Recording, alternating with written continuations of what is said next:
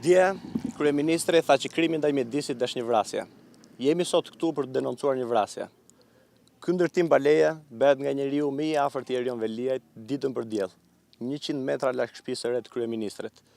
Kjo kodër e bukur që shihni këtu pas meje ka qenë e gjelbruar 3 muaj më parë, kur për interesa klienteliste dhe korruptive të qeveritarëve, të njerëzve më të afërt të kryeministrit dhe nën bekimin e tij ka marrë këtë pamje duke u ndërtuar në mënyrë të palishme. Banorët janë ankuar në institucionet qeveritare duke gjetur shurdhërinë e tyre.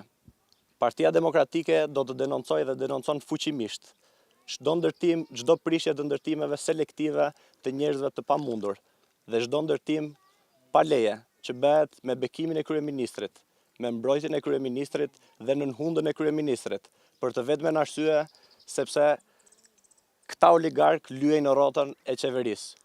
Kjo është e vërteta Rama. Ky është standardi Rama.